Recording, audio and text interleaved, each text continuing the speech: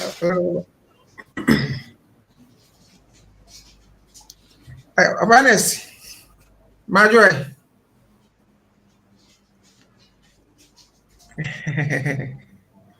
I hope you are doing fine today. Doc, yeah, Yes, no, please. let's say I'm Already are doing, fine. yeah. I'm fine. All Yourself? right. I'm also doing good. Oh, okay. Yeah. Uh, I, Okay, we thank God. I think I see Master Beniza. Master Beniza, good Amen. evening. What's up? Good evening. I'm good. Yourself? Sammy, this year, Can you hear me, please? yes, please, we can hear I'm doing you. well. Okay. Okay. Thank you Grace very has much. found us. We thank God. Unfortunately, I haven't been able to join you during the dry run sessions. Yes, I can.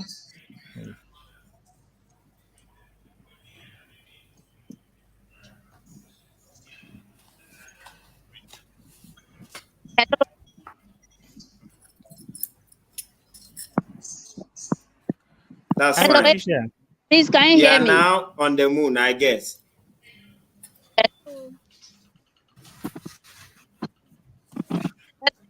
Yes, please, we can hear you. Take over, yeah. Take- Okay. Good evening. I believe we are live, right? Patricia?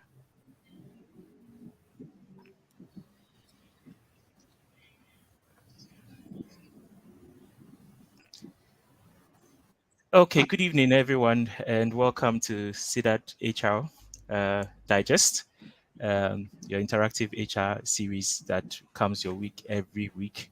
So today we are going to have a wonderful discussion, which is a foundation for every career education. So we have here with us well-resourced persons to take us through. So we're going to have a discussion on enhancing our HR education at the tertiary level, the principles, the practice, and strategy. So today we have two seasoned guests here, one in academia and one in the real world, which we will look at how we can enhance HR education at the tertiary level. So I would like to welcome, we have here in our midst in the academia, we have Dr. Eugene Owusu Champon. He's a senior lecturer at the Department of Management and Administration from Cape Coast Technical University. Dr. Eugene, you are welcome. Thank you very much, Eben. Okay. It's And nice we have talking to you here, this evening. my pleasure too. And we have here Mr. Ernest Dako. He's the head of human resource at NS Chemist. So today we are going to talk both academia and the real world. So if you are here watching us, please feel free to drop your comments and let us know where you are watching us from. It's an interactive session, so let's make it interactive. Our seasoned guests are here to answer all your questions. Um, so we'll start. We'll start with academia and we will try to digest a lot. So please feel free to share your question in the chat box, and my guest will gladly answer them. So we'll start with Mr. Eugene, Dr. Eugene. My apologies, Dr. Eugene. So how critical is the role of HR Um, education in tertiary institution preparing professionals for the evolving demands of the workforce? yeah, I think that let me start by recounting the historical perspective of HR and where we are today, and why it is important for us to look at this particular issue in academia. I think you remember that basically everything evolved during the late 18th century and the early 19th century when we had what we call the industrial engineering, where Frederick Westcott Taylor, popularly known as F.W. Taylor, that we classified as the father of scientific management, who came in with that approach and emphasized on productivity and also to avoid waste in production. And of course, there were little attention, or we had few attention or little attention paid to employees. But the emphasis on work and less pay, that is basically the performance-based system. Then we also talked about the productivity issues, and we talked about avoiding waste. These were the key issues that were predominant during the early ages of the human resource management. But Then we came to the area where we had the human relations, spearheaded by Martin Mayo, where we had Chester Bernard and Mary Follett also contributing to the human relation aspect in HRM. That was somewhere in the 1920s. That was where the issue of human relation, that it moved on to the 1940s, where we had the people in motivation area. Like we talk about the Maslow hierarchy of needs, we talk about Herzberg's factor theory. We also looked at the human aspect of the human related issues in the workplace. Then it evolved. Then we came to the personnel administration. That was during the industrial depression, where we had to also, the emphasis was on cutting costs on HR. So we realized that the discipline HR or the professional HR that we find ourselves into evolved from somewhere beyond the personnel administration during the industrial revolution or depression, where organizations emphasize on reducing the costs related to recruitment and employee compensation. We came to the area where we look at the industrial revolution too. So the industrial relation issue also came up somewhere in the 1935 or so, where emphasis on forming the unions. Even in 1985, the United States, some organizations indicated that no, employees should not form union until they brought in the Wagner Act of 1935, where they allow some employees or even employees to form unions. They have to belong to certain associations who could possibly fight their cause of action or welfare for them. Then it moved on where we came in, we had a man called B.F. Skinner in education who brought in the behavioral theorist, where we got to understand human behavior, how we can understand people's behavior and also predict and control human behavior in organizations. It really informed us a lot. And that was where the issue of punishment and reward and reinforcement matters came into the issue of HR. Now, currently, we are looking at HR as a strategic system where we look at HR as a whole. So this is just a brief about the historical perspective of HR. You know that the concept of HRM has evolved over the years after this point in time. And what are we doing today in HR? And of course, during those periods, except somewhere in the 1970s coming where we had the issue of training and development, other related issues coming up. So HR from the onset, we were dealing with performance-related issues, job analysis matters, then it came to the recruitment and selection, all that.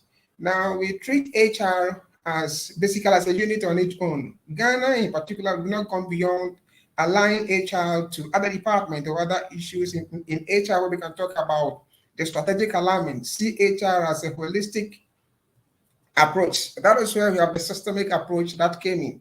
That saw to it that no, HR issues should not be, particularly should not stand alone. It should be aligned with the strategic goals of organizations. So emphasis on HR has evolved over the years, and it became so predominant in the 1970s, where we had the business administration people who finished school and were put into HR. So we had the administration or the personal administration HR, and that is what we have today. Now, educationists, or let's say people in academia, are also playing their part to ensure that the concept of HR or the discipline HRM remains. And of course, as we develop in society, we can also be able to have our way through and contribute meaningfully towards the progress of organizations. Now, in education arena, what we usually do in terms of the development of HR is to do research or conduct research to be able to understand and know the emerging trends in the practice so that we can. Hello, Eben. I can hear you. Please go ahead. Good. So that we can be able to live up to expectation in our current dispensation. Lest it will still be a standalone discipline what we've been doing all the time. Now, beside that, we realize that in academia, we do a lot of research work, and the research works we do are informed by some of the discrepancies or gaps in the field. So academia, we collaborate a lot with professional bodies, basically HR professional bodies, and of course, the industry. And through the collaboration, we get to know the shortfalls. And in our curriculum development, we try to incorporate in those things so that we can teach our students so that when they go to the field, they can be able to understand and practice the HR. So usually what we do is that we do research to know the gaps in the field of HRM. Then beyond the research, we also teach our student.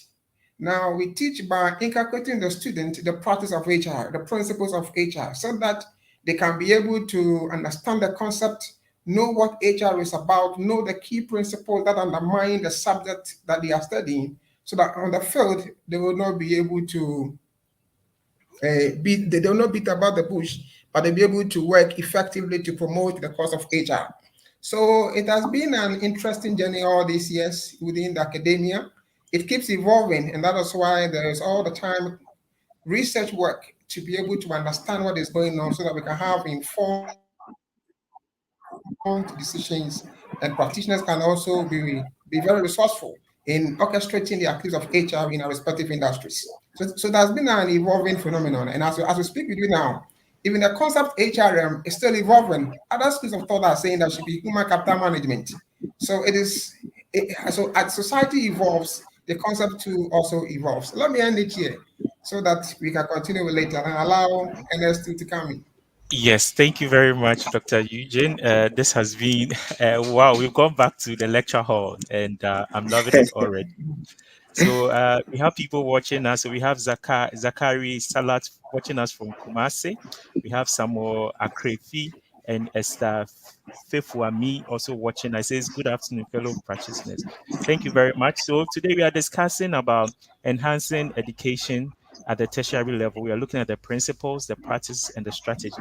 And we have here with us and one from academia, Dr. Eugene, and we have Enesdaku too from the real world of work. So we've learned a lot. So we'll move on to the real world of work and we look at Mr. Enesdaku.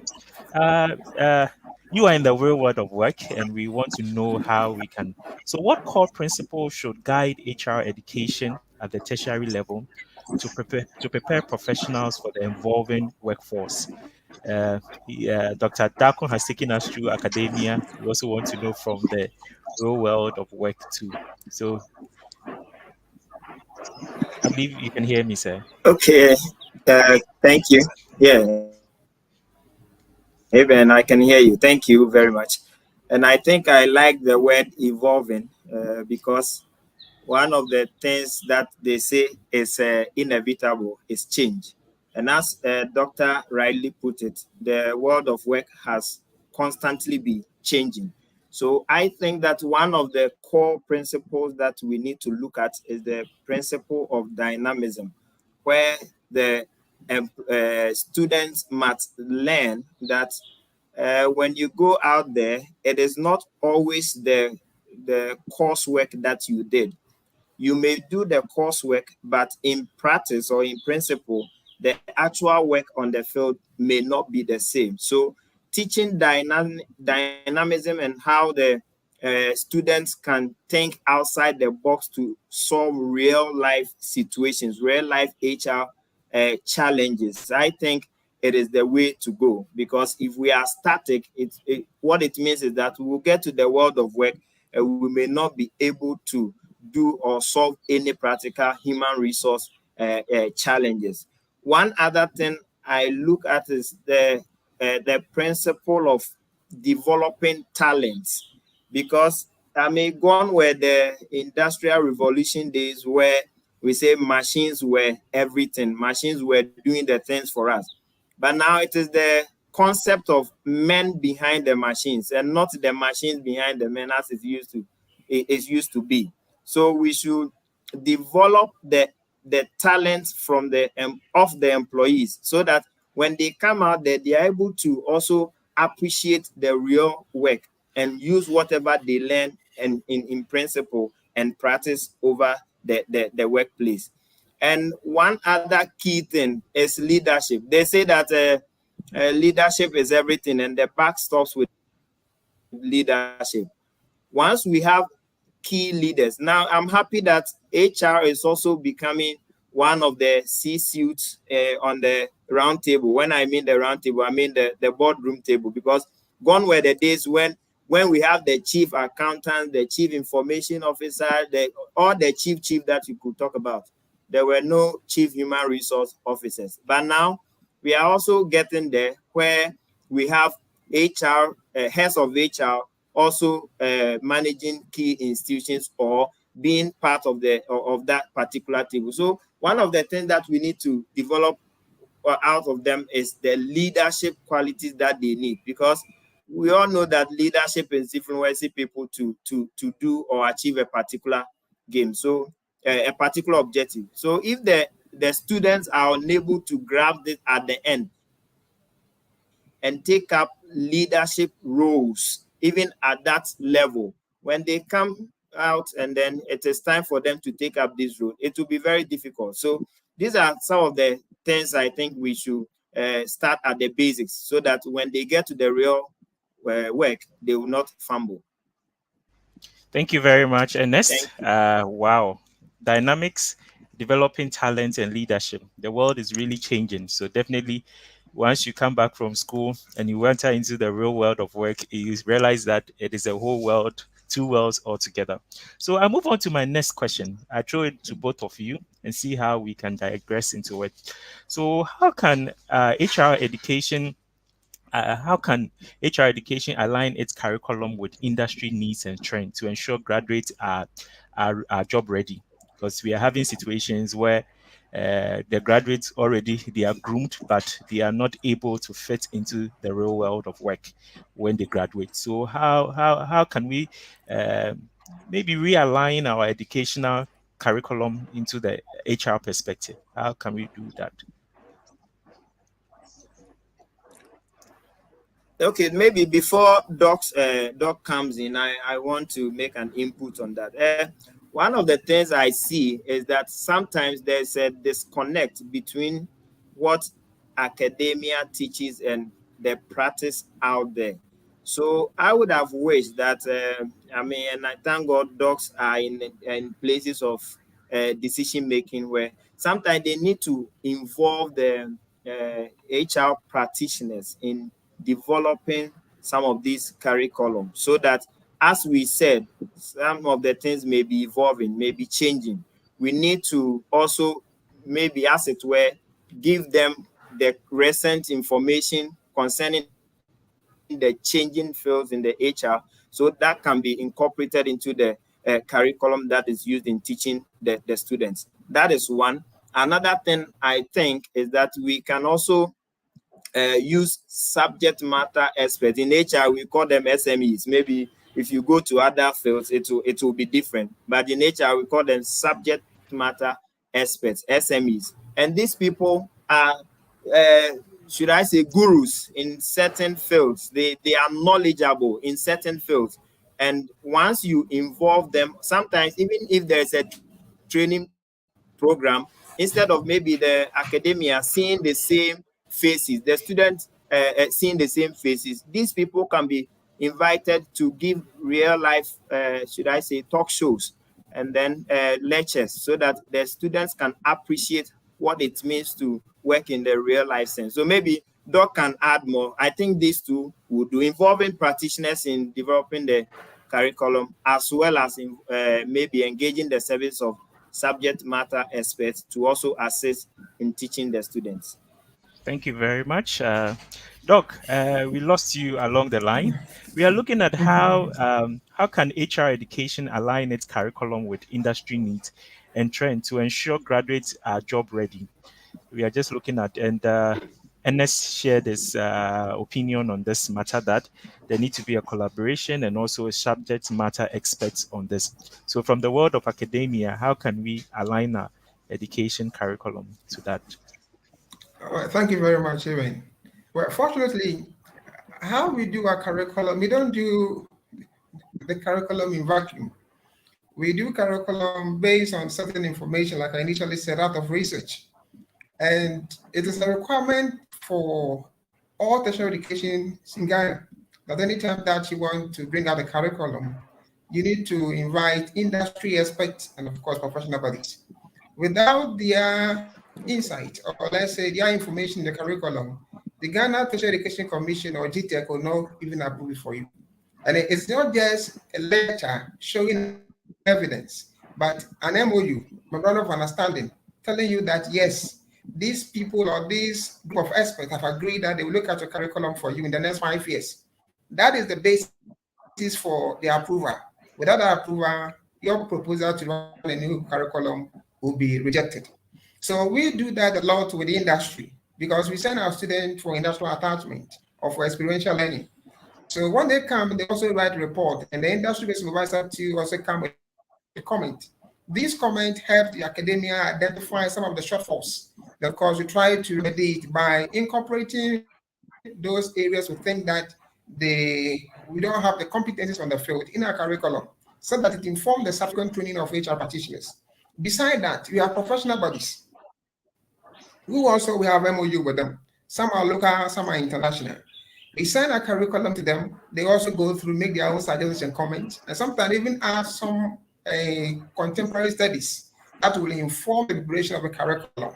If in certain courses that we may have put in the curriculum that you want, we think that's so good, they will come and say, no, this trend is changing, bring in this concept. And at the end of the day, the curriculum become a very useful one that reflect the needs and aspirations of industry and professional bodies.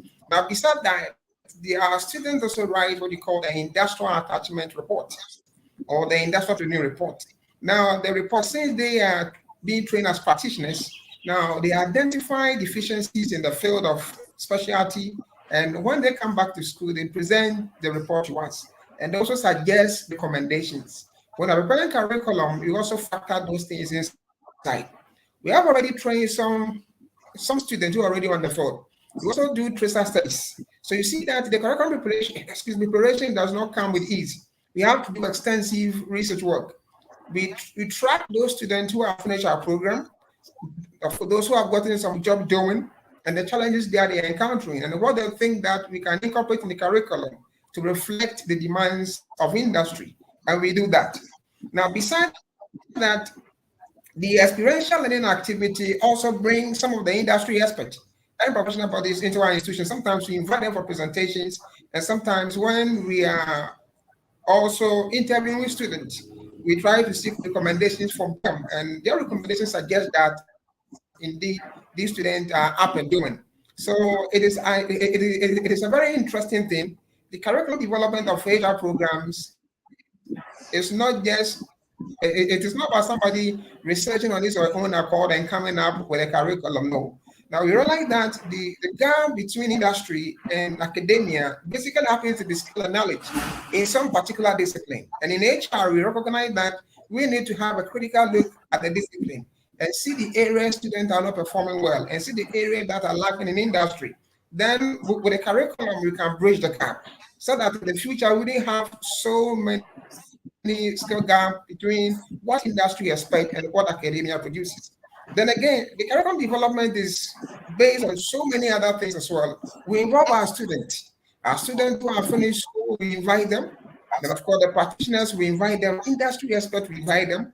We take the reports students have written over the years in the attachment. Then we look at those issues that they raise that we think that they are topical and of concern to the practice. Then we involve everything in the curriculum development. And beside that, we also try as much as possible to bring in people who have the professional experience and qualification in teaching the program. So it's not anybody who perhaps have done a course in human resource and academia, have gotten a certificate, a degree, but people who are also doing the practice and people who have also have the professional qualification, because we believe that all the experiences will inform the teaching of the new HR people that we are preparing. So it's a broad, we do have consultation before we can come up with a curriculum and train the people. So we don't just produce anybody, but we ensure that the people we produce are well equipped for the challenges in the real world of work. Wow. Doc, I can see a lot goes into our curriculum. So it's up to us, the students, to imbibe in them and be ready for the job market. So I can see a lot goes into it. Well done. So I'm going to throw this question to both of you. I acknowledge the presence of Samoa Krefi, who's watching us, Daniel Amwa. Please keep your questions coming. Later on, our panelists would definitely answer your question. So, what innovative method or technologies can enhance the learning experience for HR student? I remember Doctor said something about experiential learning. So this is a question for us all. How can we enhance the learning experience for HR students? So I don't know if Doc or Ernest will take it. So this one there, both academia Okay, and maybe Uh, Doc just finished his submission, so maybe I want to take it first and then he will come in.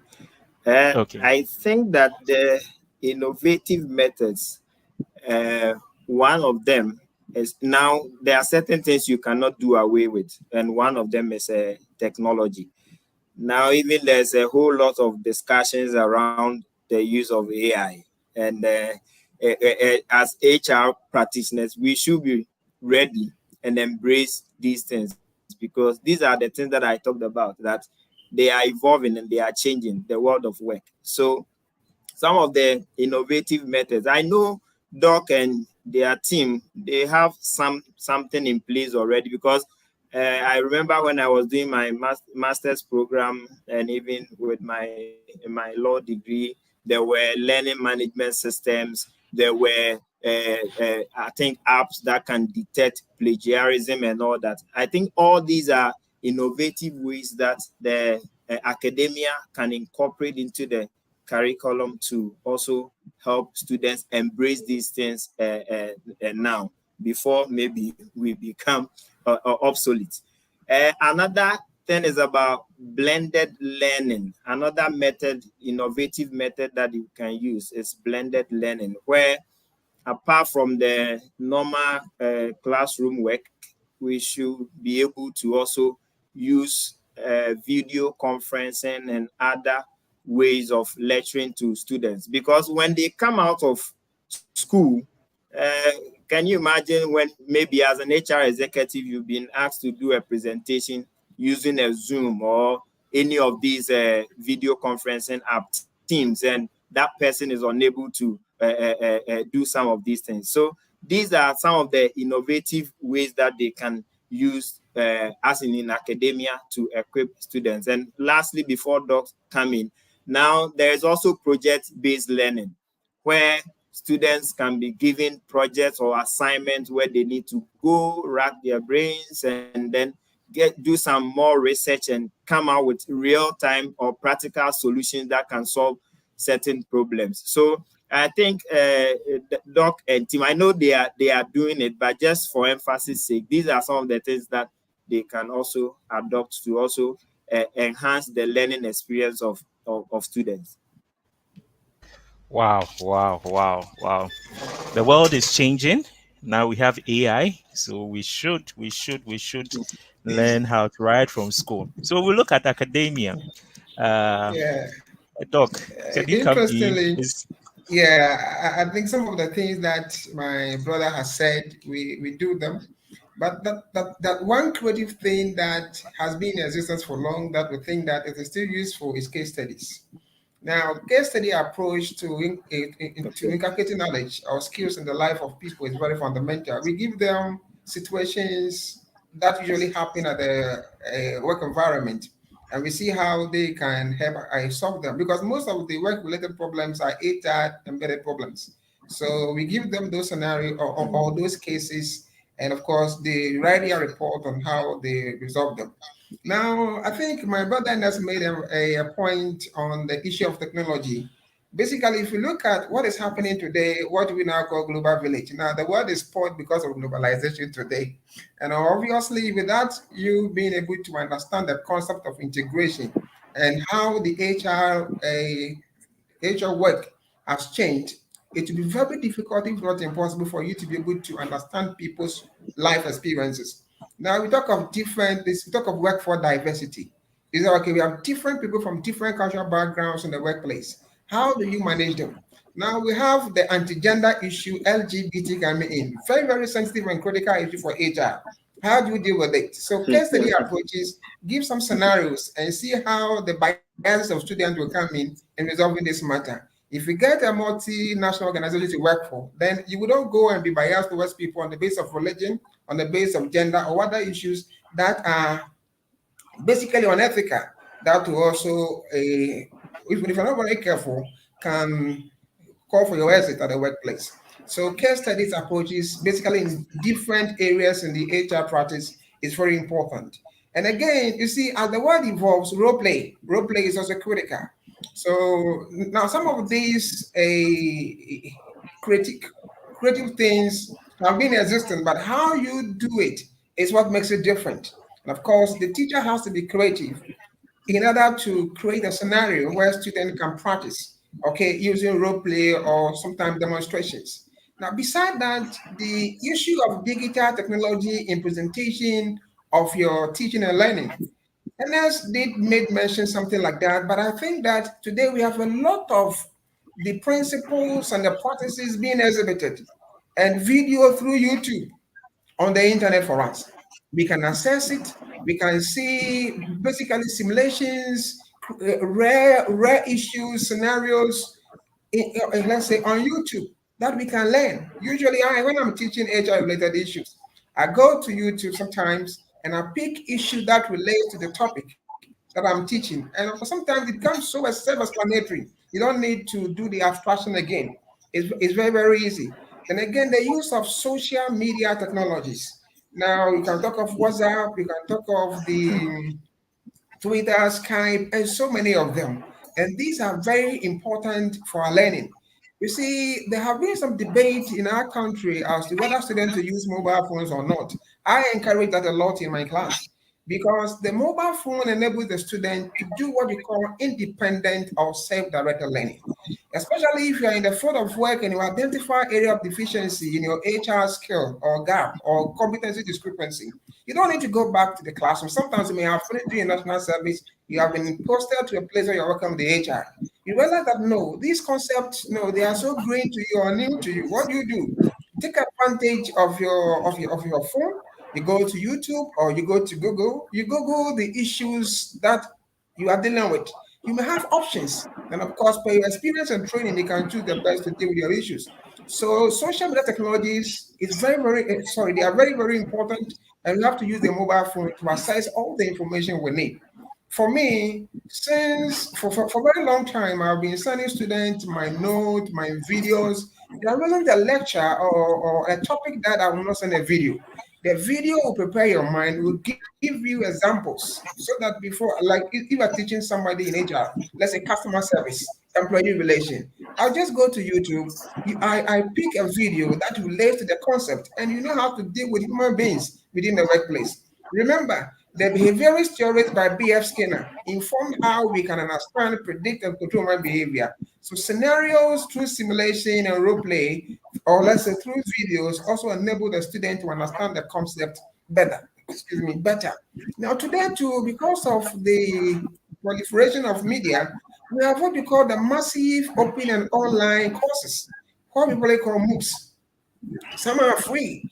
You will get Oxford University, Harvard University running programs online. It's just a matter of having time to go and access the programs. They will give you videos, they give you tutorials in your discipline. Then you can, sometimes some of the videos are so clear and self-explanatory that you can even translate that idea into the world of what you can solve it one day. But of course, some you can get a certificate and out to what you have already. So we take advantage and learn because if we do not learn, it becomes very difficult for us to go ahead. Now, and you see, there's also a concept we call the lifelong learning. Now, lifelong learning is very, very important in our dispensation. If you think that by finishing an HR program in your school, by finishing a professional program, you are done, it's a lie. You can become a consultant even after retirement. You can still be doing consulting while in the field of work to other young HR practitioners who are coming. So we need to learn these things. And I think that technology has made all these things very, very available to us. You can learn at any place, anywhere, anytime, without any restrictions. The only thing you need is to have access to internet connectivity, and you are there. And I think that the challenges of HR going forward is gradually being resolved because if HR practitioners or students will take advantage of some of these social media technologies or let's say mobile learning, of course, it will ease the problem that we encounter. Again, coupled with the industrial attachment or the experiential learning, where they are placed under supervisors in industry, of course, their activities are monitored, and where they go wrong, they straighten them.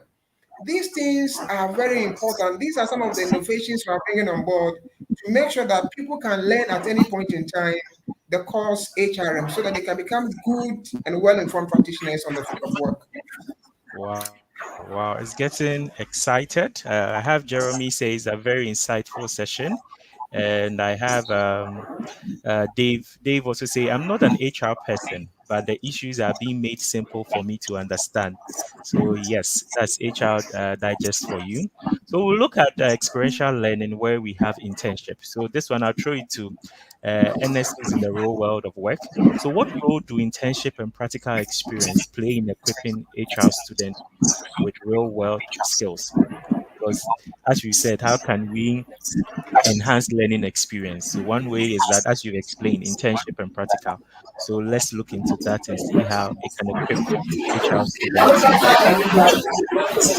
Okay, I think we've gotten to a stage in the HR profession and academia where these internships cannot be taken away from the courses that we do.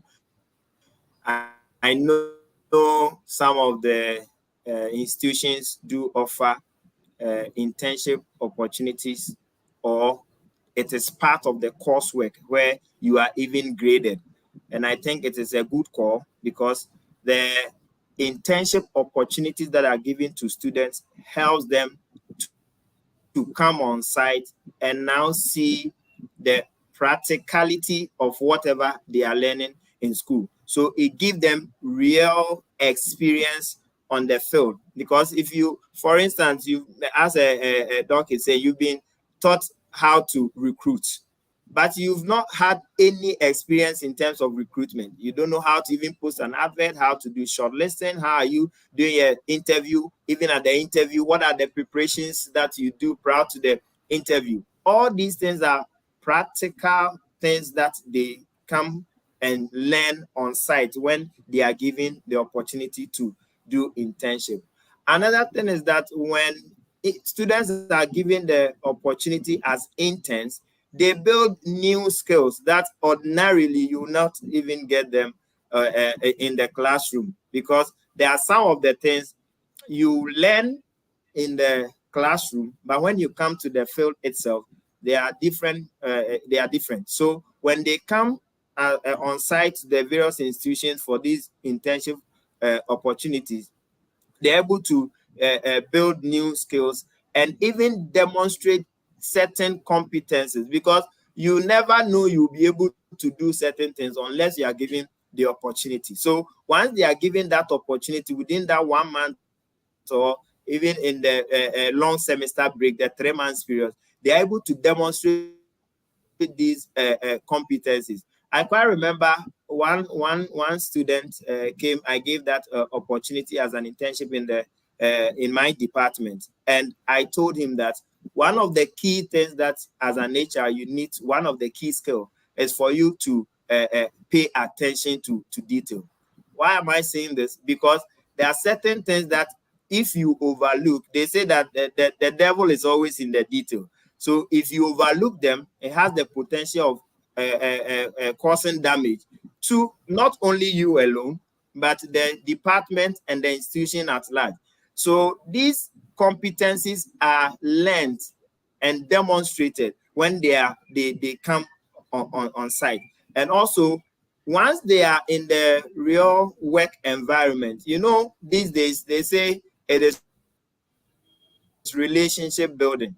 It is not only about the courses or the lectures that you are listening to, or the people, the students that you associate with, but people that you can even look up to them as role models or mentors whilst in school, because there are certain things that when you learn, sometimes you need someone who is up there, as in the HR practice, that can also support and guide you to do one or two things. So when these students are able to have these internship opportunities, it's also help them to also build certain relationships in the workplace. So maybe that's what I can say for now.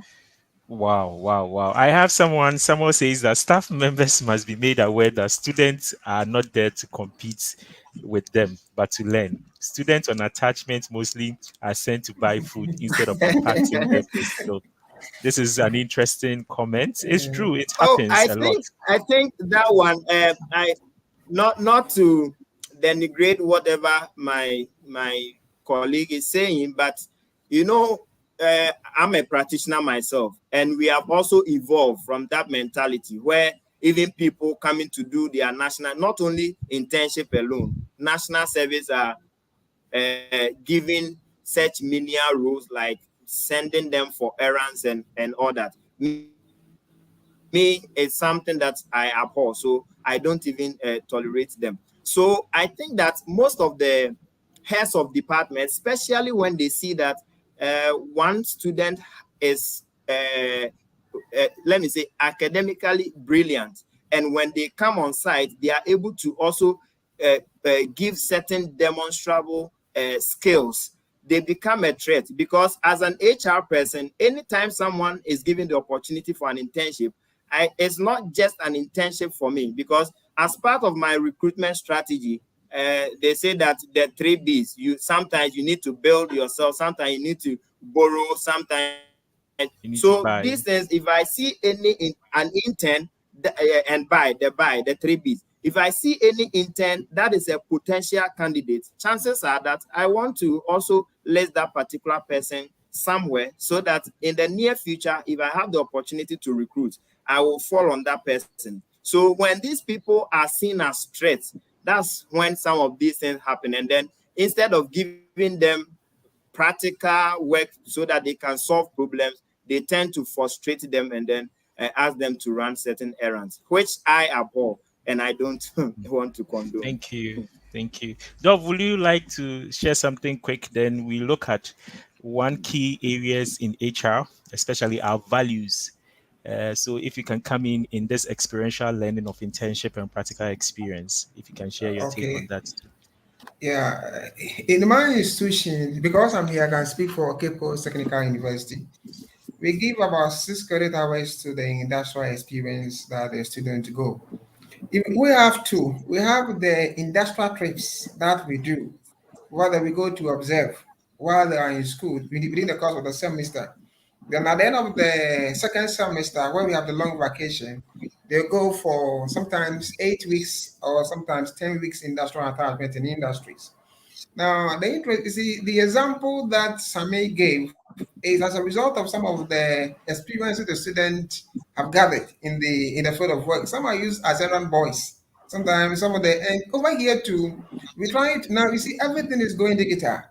We have the e-communication, e-performance appraiser, e-performance management, e-recruitment and selection. Sometimes we teach the student all these new ways in recruiting or doing the HR activities, but sometimes they go to the field and some of the employees or some of the organizations don't have the facilities to help them continue to learn on the job. Sometimes if you want to do, let's say, assessment, you will require that a student develop a questionnaire using Google Forms. Some of them can do because we teach them, but the industry, some of the people there lack the skill. So it is always important that even as we send our students to the industry to learn, occasionally some of the industry staff to also come to us for some kind of training. And I think that collaboration is really helping us a lot. And it is helping us to be able to resolve some of the issues that is in the field of work. Now, the experiential learning, even now, the GTEC is the Ghana Teacher Education Commission is emphasizing on what we call the CBT approach to teaching and learning, where we should involve the student more in the practice, and even assessment to have to be 60 for practice and 40 for theory.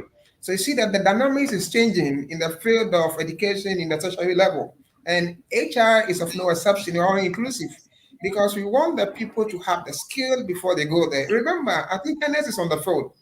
Employers wouldn't spend time today taking you for training programs initially. They do orientation for you. Now, the assumption is that you've learned it, you've gone for attachment, therefore, when you put you on the job, you can do the job. But sometimes you realize that that is not the case. So employer was even ask you before you quit you, I need 3 years of work experience. I need 5 years of work experience because you don't want to spend time spending money on you. Like during the personnel administration period, where because of economic depression, they were cutting costs. Today, if that happens, you can get a job to do. And that is why we advise them to take advantage of the industrial experience. I, for instance, have been on industrial experience on several occasions. Even in academia, occasionally I take time to go and learn. Though I have my own consultancy, but I go and learn on the job and come. Sometimes, and always I learn new things on the field of work, and especially with the advance of the technology. Is the advance we're talking about data technology. We're talking about electronic, how they call it and all that. Now we went to robotics. Now things have changed. Now we're going to AI. All our jobs are at stake. If you don't do the things on the job, by using technology this time around, a time will come, AI will take all our jobs, virtually all our jobs. They may not have anywhere to go. So this time around, most of our teaching and learning, we are focusing on doing the HR job using technology. So when we teach them in school, we also expect that the industry will also help them build upon the skills in using technology to do the work there. So e-recruitment, e-interviewing, and all these things. These are things that life is changing. Anybody can secure a job in any part of the world through e-interviewing or e-recruitment and selection. So these are we also identify gaps in industry. Wow. We identify a lot of them, especially the technological issue. And that is one thing we expect that at least as we inform our curriculum by getting the gaps or let's say the discrepancies in industry, we also expect the industry to treat our students not as errand boys and girls, but also teach them the little that they have at their disposal. Okay. Thank you. Okay, thank you, Doc. If you just joined us, you are watching Sedat HR Digest.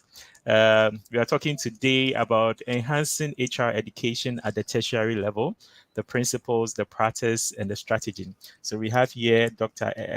Ernest, and we have Dr. Dakun, Dr. Eugene from the academia, and we have Ernest from the real world of work.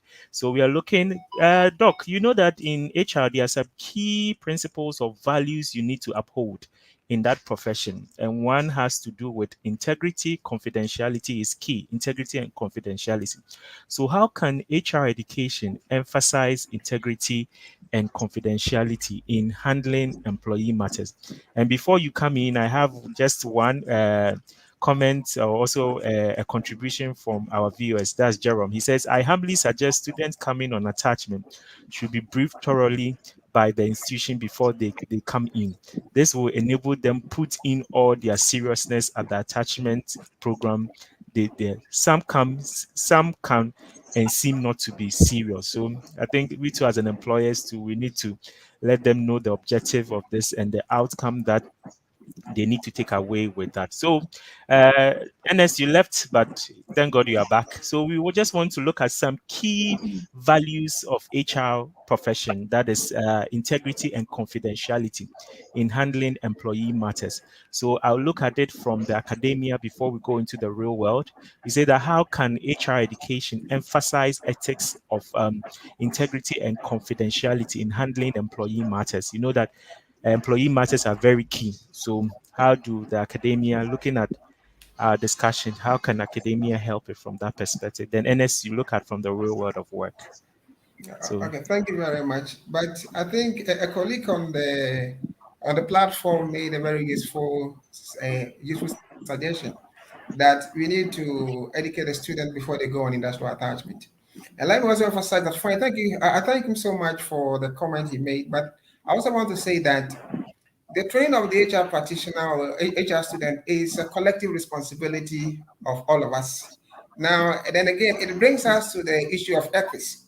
I think I did emphasize on the behaviorist theory of learning or approach to treating people, where we use reinforcement, positive or negative, we use punishment and rewards. It also takes us back to the transactional management approach, where punishment is used as a basis to discipline employees. Though fine, we will not go to that extreme, but I think that it's a collective responsibility. So if somebody is not taking the attachment serious, now the supervisor has the opportunity to comment in the person's logbook. And when the person comes to us, sometimes we make them do it again in the next academic year without graduation. There are some punitive measures that are there in their book. So we expect that they learn on the job before they come back to school. Now, to your question, I think that ethics, you can't do away with ethics. It is what make the work itself. Because HR without ethics, I don't see any HR practice. Because ethical principles, you can't do away with them. Hello? You see, We can. yeah, Hear good. you very well. If you look at the Labor Act, if you look at the Factories, Office and Shops Act, if you look at the Workmen Compensations Act, if you look at the Pensions Act, all these acts that are ethics, if you don't go by them, you don't get your due. So you see, these things we are talking about is embedded in our curriculum. Remind you, I told you that we have experts from the field, we conduct research before we develop curriculum.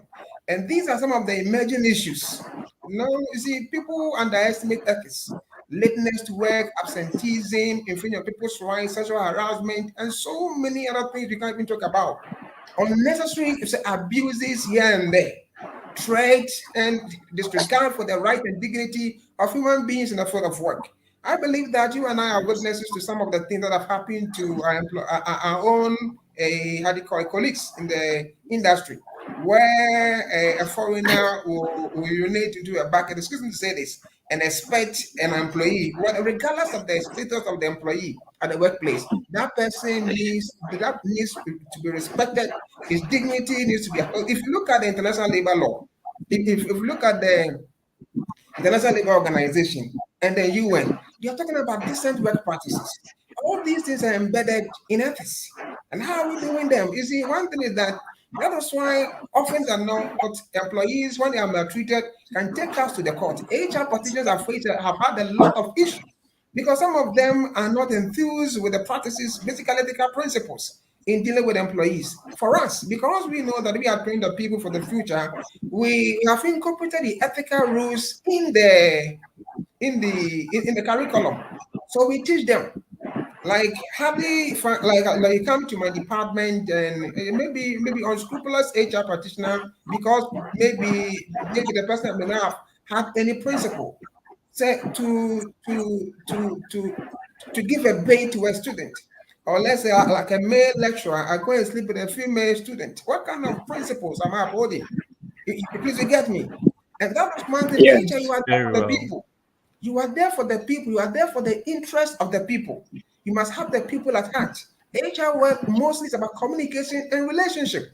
It's about customer service. Of course, the first customer is your employee, the people that you are managing, the people that you sit down to decide on goals and objectives for the organization, the people that you are developing, the people that are telling them to do the right thing. How do you also go back and do the unethical things? And that was why then when I said that we should be extremely careful, especially in our society today, where the Western world is bringing in this LGBT.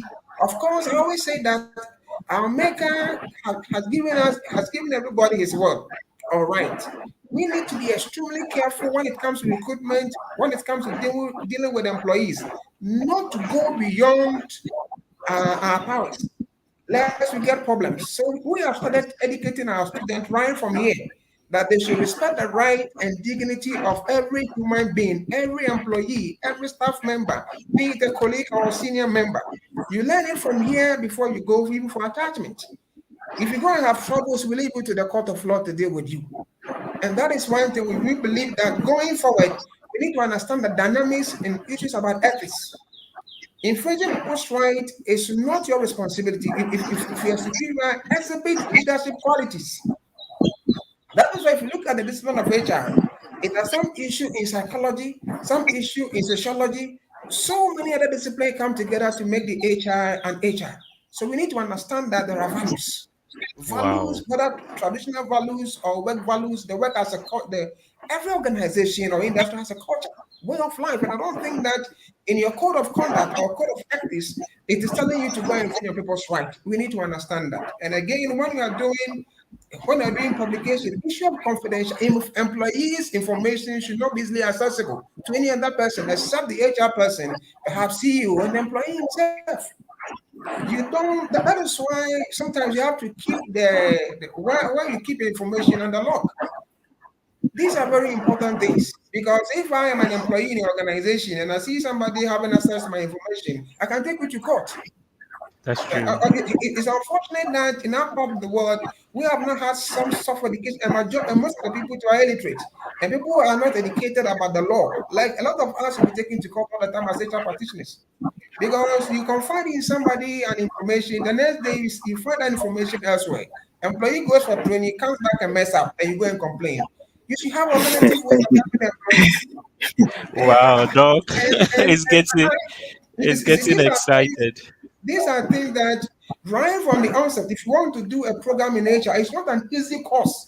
It's a technical job that if you're not very careful, your lip, your mouth can put you into court or behind bars for life. It's very, very important thing that we need to be serious with. I Wow. think my brother now And this, who is there working, NS yeah, have more has gone through the Labor Act, though it has its yes, own challenges. The 654 in 2003. And now you know there are Yeah. loopholes in there, we have assessed it. But it's also clear that we should be very, very careful. Even if you're HR practitioner and you are drafting a contract of employment, you should be careful the verbs you use because some may be unethical and they go against you. Thank you. wow, wow. It's getting so interesting. So I think NS, this one day you need to Okay, just come in Doc, small thank, with this so that we move yes, on to yes, the next. and it's very refreshing to know that some of these things are incorporated into the curriculum because, I mean, when you come to the practical world of work in HR, sometimes an HR person is, should I say, coerced to do certain things, even against his own will. So, for instance, can you imagine a CEO coming to tell you that, or a managing director coming to tell the HR person that fire this person or dismiss this person? But they don't have the technical know. For instance, if you read section 15 of the Labor Act, the grounds for termination are clearly spelled out. But if you tell or you give your advice and opinion on some of these things, Hello, Ernest. you I give think your advice and opinion and some of these things are not taken. Mind you, when can you hear me? it's Yes, better please. now. Can you hear me? Yes, Yes, please. When the please. You can. person is dismissed, it is you, the HR practitioner, or let me say the head of HR, who will be at the receiving and defending at the Labor Commission or in the law court. That CEO or MD will be somewhere. And I always say that sometimes for me, when the kitchen is becoming too hot, as in when my professional ethics are being compromised, then it means that place is not for me. Because at the end of the day, it is also my integrity that is at stake. So it's quite refreshing to know that the academia is also helping in this. For instance, the Data Protection Act. Confidentiality is key. As an HR, maybe you may not be a data controller per the dictates of the act, but indirectly, as Doc said, anything that you emanates from the HR department by way of information that's supposed to be confidential, you are the one that should be held responsible. So in academia, as students are coming out, they need to know that in the real world of work, these are practical challenges that come. But one, before I end, sometimes the students themselves should know that certain things, like for instance, uh, as an HR student, why should I be cheating in the classroom? It's an ethical issue. Or in an exam situation, why should I be cheating? I have a confidential conversation with my lecturer.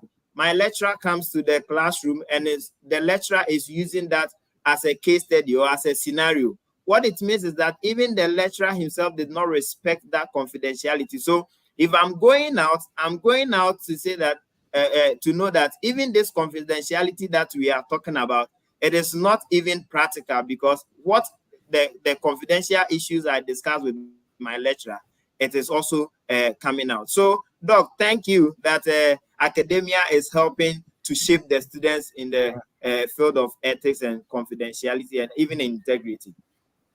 Thank But you very Amen, much. let Yes, me I'm come here. in. I No, think go that ahead.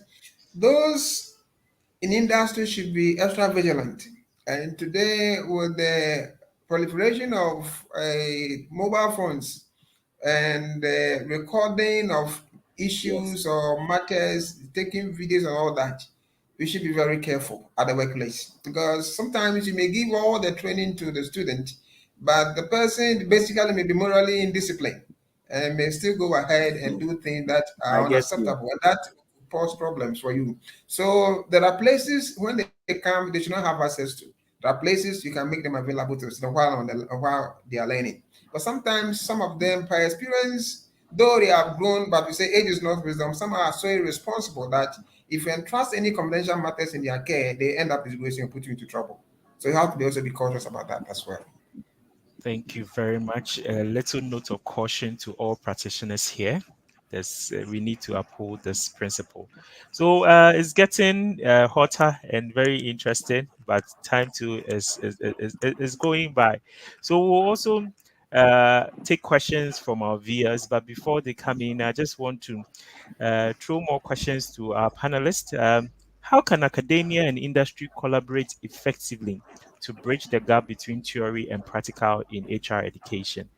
Now we need to bridge the gap between academia and the real world.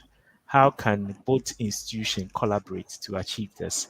So I don't know if I'll start from the real world, then we'll go to the academia, then we merge the two together, then Okay, I think, I mean, there are some of the things that are being done already. In bridging the gap, we cannot do away with internship. As we've stated earlier, when students are given these internship opportunities, they come to the real work environment, learn certain things, certain skills that ordinarily they cannot get in the lecture room, demonstrate certain competencies which they have learned. Maybe they possess these particular skills, but they themselves, they do not even know. So by way of bridging academia and the real world, I think that the internship should not be taken out. As I said, I have a collaboration with some of the academic institutions that when during their long vacation, or let me say semester break, where I have that collaboration with them to post certain kinds of interns, or there are certain key requirements in certain department that we need. So you post them there for them to also have a hands-on experience whilst we are getting the advantage of, maybe should I quote on unquote cheap labor. We are also giving the opportunity for the students to learn. I also talked about engaging the practitioners in the development of the curricula, which Doc has also emphasized that it's something that they do, because they do not maybe, as it were, do the curriculum in vacuum. They also engage these practitioners to ensure that the evolving practices in the HR field is also done. Maybe lastly, I think I've even talked about the subject matter aspect. These things are very important because sometimes there are some of the courses, they are technical. For instance, labor, issues about labor. I quite remember in one of my organizations, the employees wanted to form a union. Then one of the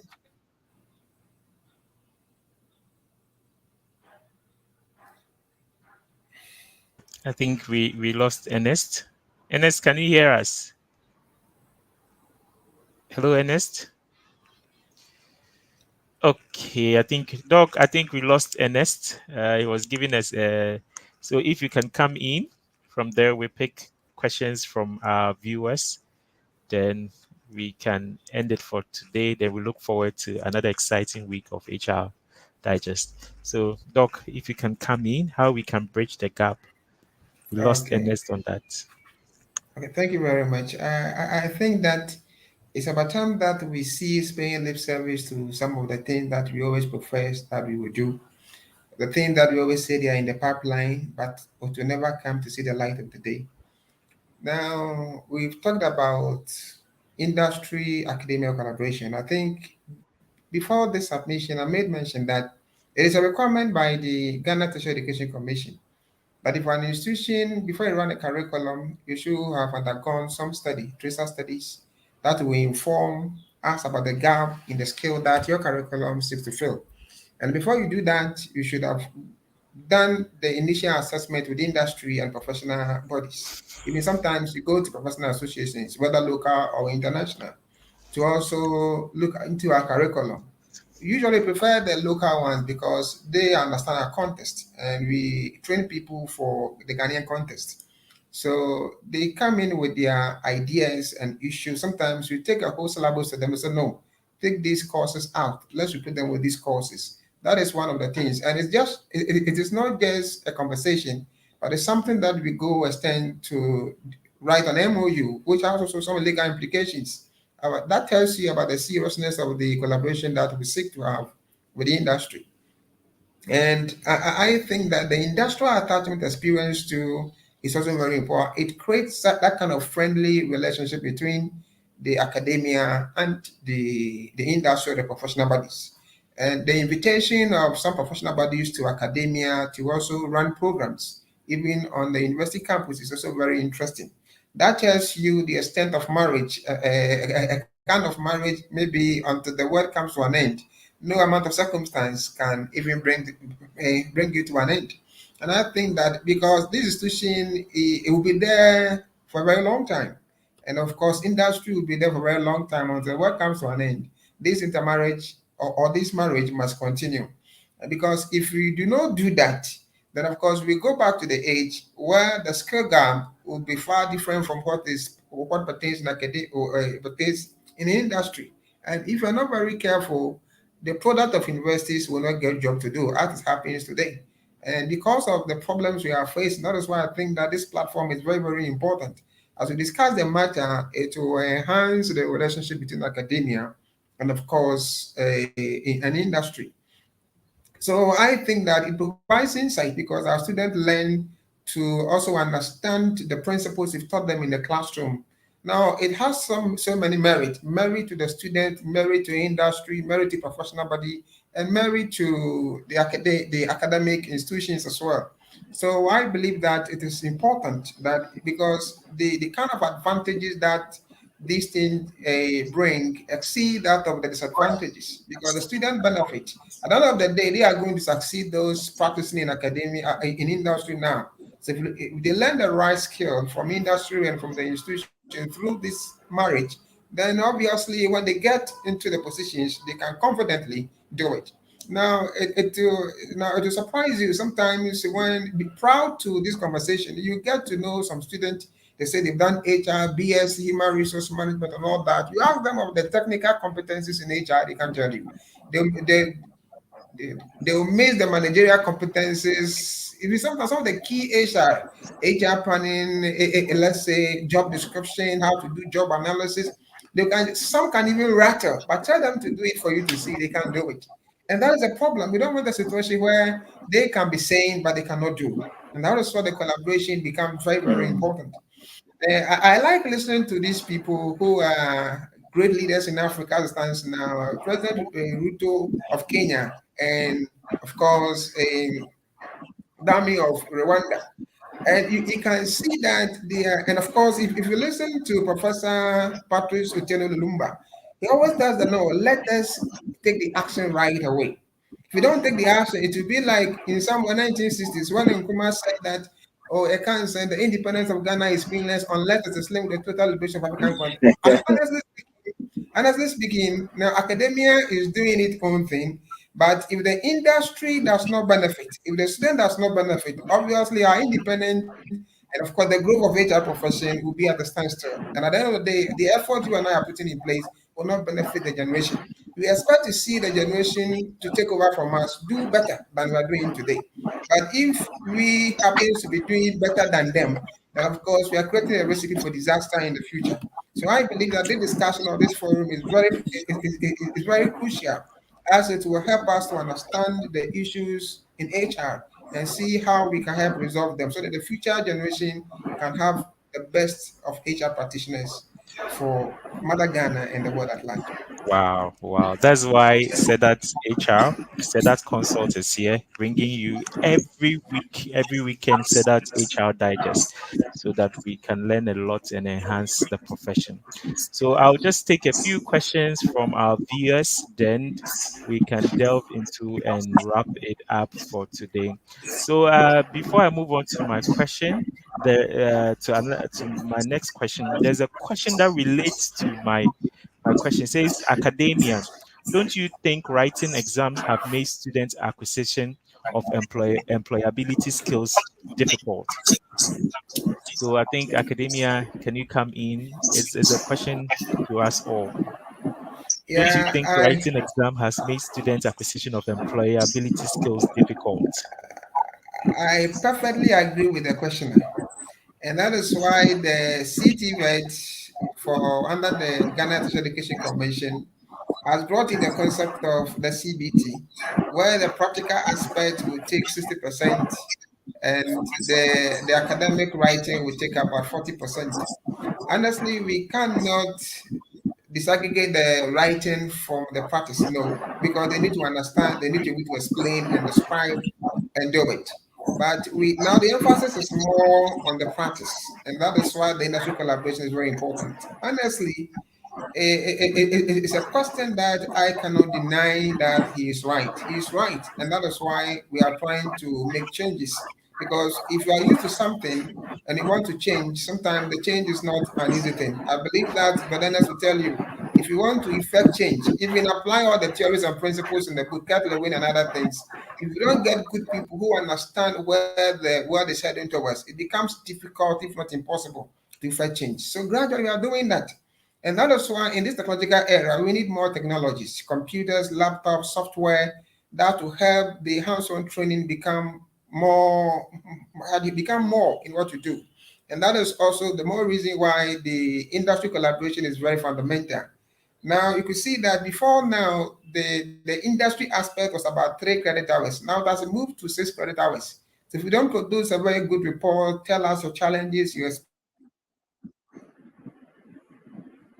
experiences, what you could do, then of course you're going to lose marks. And we have also before then we had only the industrial attachment, but if you added the industrial trips also, where they travel to industry not for attachment for a day or two and observe the work processes. When they come, the right report, we question them on it. And we hope that by and we sometimes not even academia when you vacate for let's say 2 weeks or 3 weeks, we advise them just go and do what you call voluntary service. Even don't anticipate for money, just to acquire the skill. These sometimes you have to come down to that level for them to understand that it's not everything that you expect to receive money. Some of us learned voluntarily without receiving money before we could acquire some basic skills that we thought that after finishing school we have had them in the academy by academic training. Unfortunately, hardly did you know that we didn't know anything until we saw professional qualification, we saw to attach ourselves to industry-based people, then we got to know the realities on the ground. So it's an Wow. advice we give them, and I think that it is something that we continue to do. The exam, even me, to me, it bores me. As a professional teacher and as a trainer in human resource management and development. Because if somebody get the knowledge without the skill, how far could the person go? You can just say it, but you can't do it. It is like somebody who is at magazine having a real experience doing the job on the car, having all the electric machines to assess the cars or diagnose the car fault. And somebody who has gone to do, let's say, BSc mechanical engineering, master mechanic, and PhD, and send the vehicle even to the elite, so excuse me to say, the one who have not had access to any form of education, even to change the oil for you. To me, it's an insult. And that is why, as we learn the theory, you learn the Formal practice. So education. that when you practice, it becomes very, very, very important for you. Hello? Wow. Wow. Yeah. Yeah, I'm here. Thank you. So I think, So the exam, I think that with time now, it used to be 60 theory, Yes. 30 practical. Now it came to 60 theory, 40 practical. Now it is 60 practical, 40 theory, and the things are changing. And I believe we'll get wow. there. Wow. So no matter what we do, we'll still write the exams, but the practical aspect is key. So Now, I was the exams, hello, the exams will tell us your critical thinking. You thinking, see, every okay, work follows processes. You need to sure, tell us the processes before you can get your hand on and do the job. So okay, that develops your critical thinking minds and your ability to analyze and synthesize issues before you can also educate people on that. wow. Someone said this is from Samuel again. He said, I like the point that it is not about machine, but men behind the machine. But looking at the extent of AI, looking at the extent AI is moving, is there hope for HR and education as well to at least meet the new demands? He's talking about AI now. AI is the ish now, and even in the various work, AI is taking over. So he's asking the way looking at the extent AI is moving, artificial intelligence is moving, is there a hope for HR and education as well to at least meet the new demands? So Doc, someone is talking Yeah, about artificial intelligence now. So yeah. I was reading an article just yesterday published by Ghanaian authors, and Mr. Kojo Bediako name was there, and I was just reading. It was talking about AI, what AI is doing. Basically, every profession is under threat. I have to be honest with you. Hello. Doc, I'm here. Please go ahead. Good. Every profession is under threat. One thing that beholds on HR practitioners is to learn more about technology. That is one thing. But there are certain jobs that the AI cannot do. Human relation job, AI cannot. It can do up to some point. But now that is why it is important for us to develop a very good human relation skills and also get to understand our jobs better, get to know how to use technology to do our jobs well. Because honestly, it doesn't matter the extent to which AI will do most of the job. There are certain key responsibilities that HR practitioner need to be there. Though we must admit that there are certain jobs that you may cease employing people, but you can't do away with the substantive HR issues in organization being mandated by human beings. We still have to do that. But Wow. that also calls for immediate attention for the training in technology for our human resource practitioners Yeah. because it's human being who developed the AI. We have software that does HR jobs. You need to learn it. You need to understand it. You need to know it. But if you are just doing HR by the usual way, basically in administrative work, then of course a lot of job people are going to be retrenched after some time. But you and I need to also take advantage of technology, learn it, and use it for our job. Meaning that is the way to go today.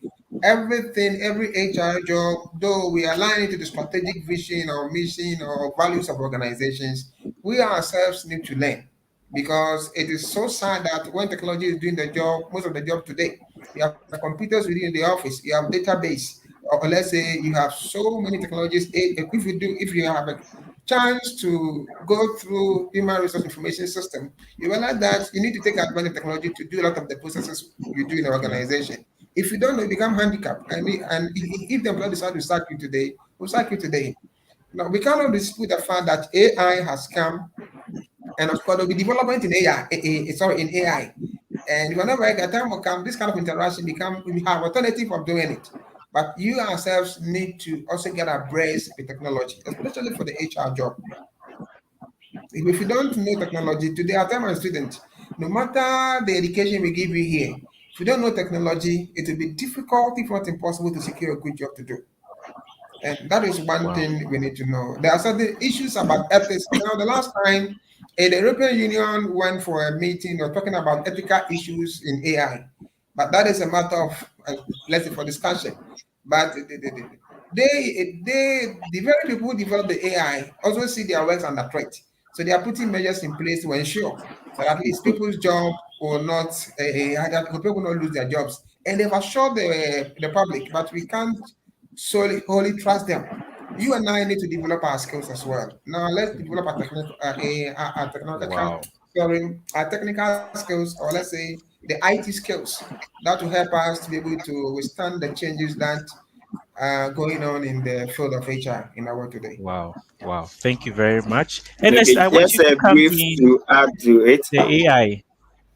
Hmm. I want you to also share your point on AI. Somebody Okay, expressed so concern. So please go ahead, Ernest. Yes, I think that we cannot do away.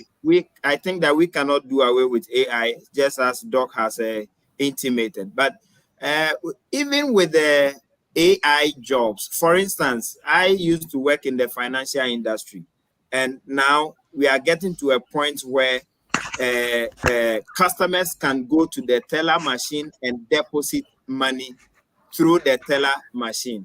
What does it tell us? It means that a time will come where we will not get anybody sitting at the counter to be doing tellering work. It means the ATM machine can accept cash and also can dispense cash. So what it means is that my knowledge about men behind the machines is that it is still the men or the human beings, the human capital that need to set up these teller machines. So whatever the case may be, the involvement of human capital can never be taken out. So as Doc rightly put it, we need to always constantly improve ourselves in terms of the technological space so that we are not extinct as HR practitioners or whatever field of endeavor that you find yourself. You should also always continuous professional development so that you will remain relevant. Wow, wow. We Thank you. need to professionally develop ourselves so that we remain relevant despite we have AI all over around us.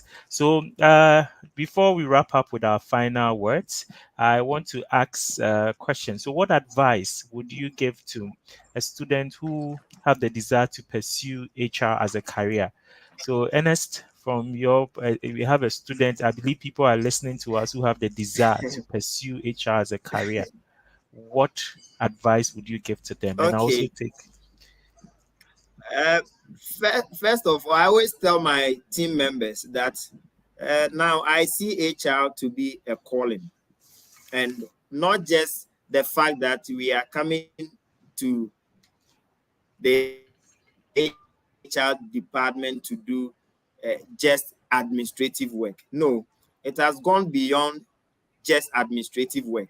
So HR has evolved. Now, as an HR practitioner, there are certain things. If you want to come into the field of HR, there are certain key things that you need to know.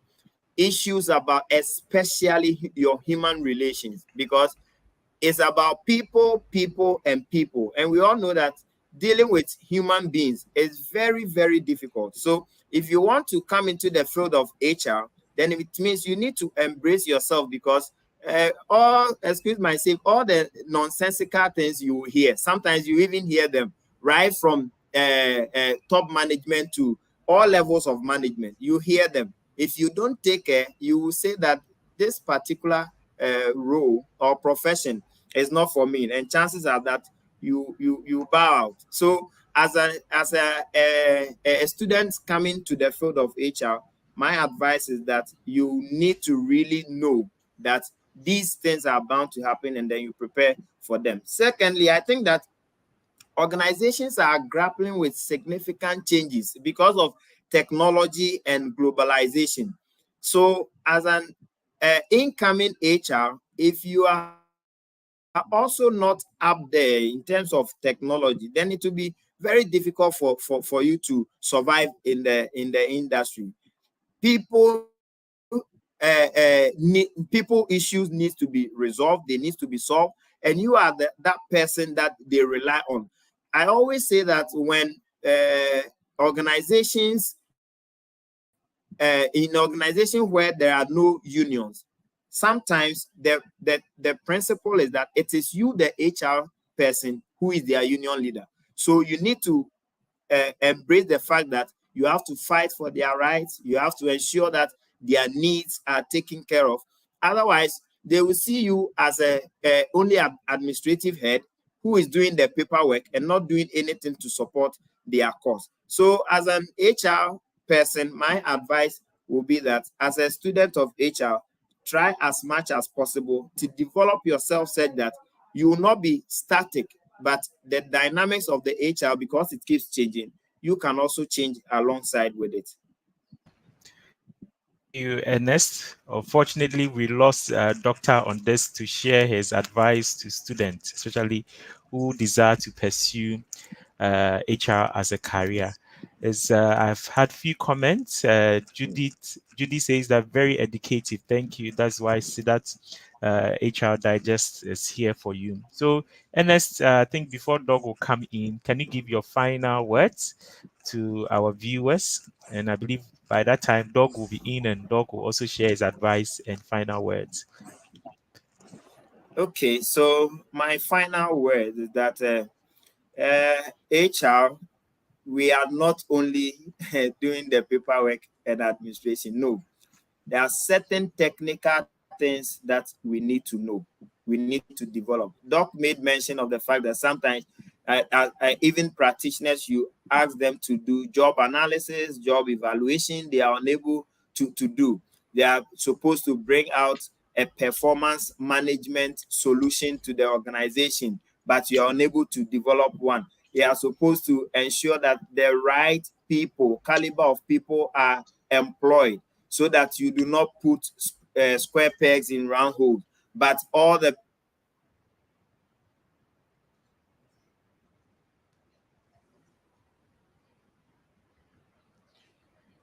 Hi, Ernest. I think we lost Ernest too as well. So thank you all. I think we've lost all our panelists who joined us today. And I must acknowledge everyone who. technical things that Yes, go ahead. Ernest, you are back. Please go ahead. Okay. Oh, sorry. So all right. So what I was saying is that some of these technical competencies, you cannot do away with them in the world of HR. So if you're an HR or an incoming HR, and as an HR student, you need to ensure that all these things you are able to acquire them, so that when you come to the world of work, your impact will be felt across the business, so that it is not only you who is developing yourself in the organization, but the organization too will also grow, and it will be relevant in whatever industry that you find yourself. Wow, thank you very much, Ernest. It has been an exciting session today. We had a discussion on enhancing HR professional education at the tertiary level.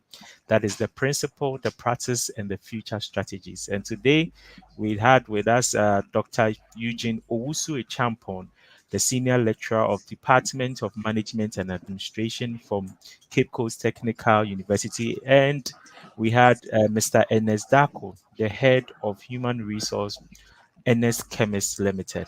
Thank you all for joining. Zakari from YouTube, Samuel from YouTube as well, Esther from LinkedIn, Ruben from YouTube, Alfred from Facebook, Daniel from YouTube, we have David from YouTube. We have Jeremy from Facebook. We have Alfred from Facebook. We had Jerry from LinkedIn. We have David from LinkedIn. We had Judith from YouTube, and we had Judy from Facebook joining us. This is Sedat HR Digest, which is proudly brought to you by Sedat Consult every Sunday from 4 to 4:45. But it has been an educative and very exciting. So we forgot about the time. So on this note, I wish you all a blessed week and see you next week. Thank you all for joining.